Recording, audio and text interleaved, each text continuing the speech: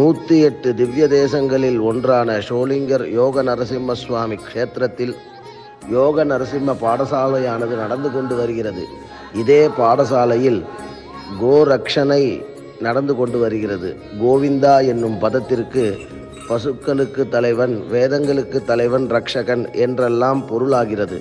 அப்பேற்பட்ட வேத பாடசாலைக்கும் கோசாலைக்கும் உபயம் செய்வதால் பொருளுதவியோ செயல் உதவியோ இப்படிப்பட்ட உபயம் செய்வதால் அனைத்து விதமான சௌக்கியமும் ஒருவனுக்கு கிடைக்கிறது என்று கருட புராணத்தில் ஸ்ரீ மகாவிஷ்ணுவே கருடனுக்கு உபதேசம் செய்கிறார். இந்த வேத பாடசாலையை தற்போது நாம் கண்டு கொண்டிருக்கிற இதே பூமியில் இதே யோக நரசிம்ம சுவாமி க்ஷேத்திரத்தில் புதிதாக கட்ட உள்ளது.